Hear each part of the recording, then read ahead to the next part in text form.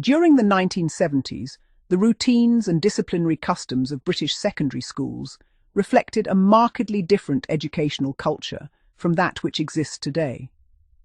Practices that were then regarded as ordinary features of school life, compulsory communal showers, strict physical discipline, and corporal punishment, are now frequently viewed through a far more critical lens. Yet for many pupils educated during that period, such experiences formed an accepted and unquestioned part of daily routine. At the secondary modern school I attended in the latter half of the decade, physical education was conducted with considerable formality.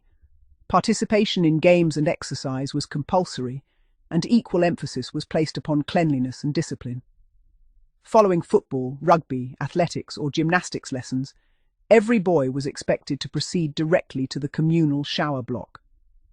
The physical education master maintained these standards rigorously and ensured that no pupil attempted to avoid washing after strenuous exercise. The changing rooms themselves were austere and functional.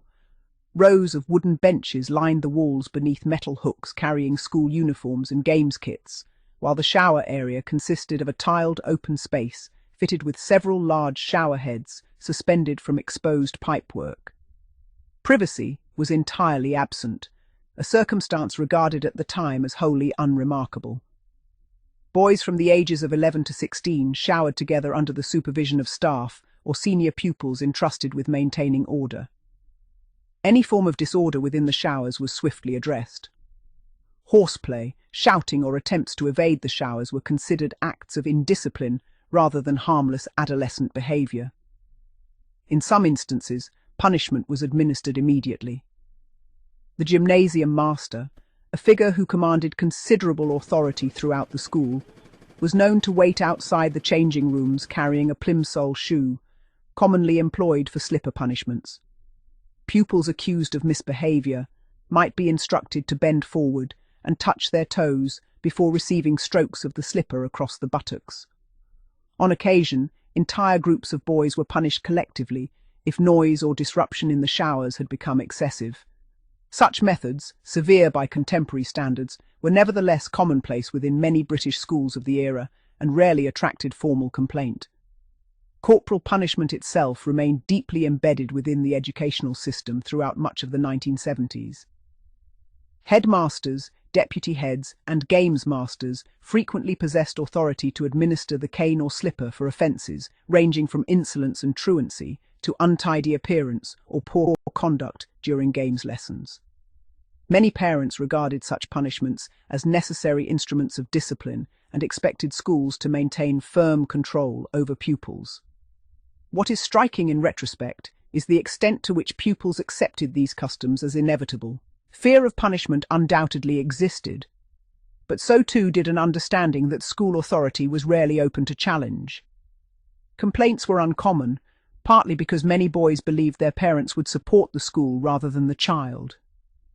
The physical conditions surrounding school life also reflected the limitations of public facilities at the time. Although the gymnasium showers at the main school building were generally tolerable, conditions at the sports pavilion on the games fields were far less comfortable. During winter months, the water was frequently bitterly cold, while in summer it could become uncomfortably hot. Whether this resulted from primitive heating equipment or poor maintenance was never entirely clear. There were rumours among pupils that the water supply depended upon an unreliable boiler situated behind the pavilion. Attempts to avoid showering in such unpleasant conditions were treated with little sympathy. Prefects and senior boys supervising the changing rooms often displayed impatience towards younger pupils reluctant to enter the showers. Delays, complaints, or requests for exemptions were frequently interpreted as weakness or defiance. As a result, most boys learned to comply quickly and without protest. Among pupils themselves, there existed a curious body of schoolyard folklore concerning corporal punishment. Boys discussed, often in exaggerated terms, which masters punished most severely and whether particular methods caused greater discomfort than others. One persistent belief held that punishment administered immediately after games or while the skin remained damp from showering was especially painful. Several theories circulated to explain this. Some boys argued that physical exertion dulled sensitivity temporarily, while others claimed that cold water tightened the skin and intensified the sting of the slipper or cane. A commonly repeated story concerned the so-called wet slipper, in which the plimsoll used for punishment had supposedly been dampened beforehand.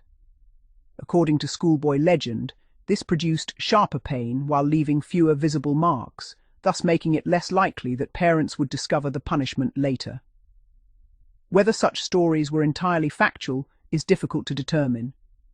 Like much school folklore, they were likely embellished through repetition.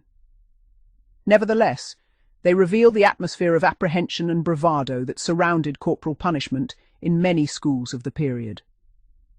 Looking back from the perspective of modern educational standards, these practices illustrate the profoundly different assumptions that once governed British school life. Authority was exercised more openly, physical punishment was institutionally accepted, and communal discipline was often considered more important than individual comfort or privacy. To many former pupils, such memories evoke a mixture of nostalgia, discomfort, resignation, and disbelief in equal measure,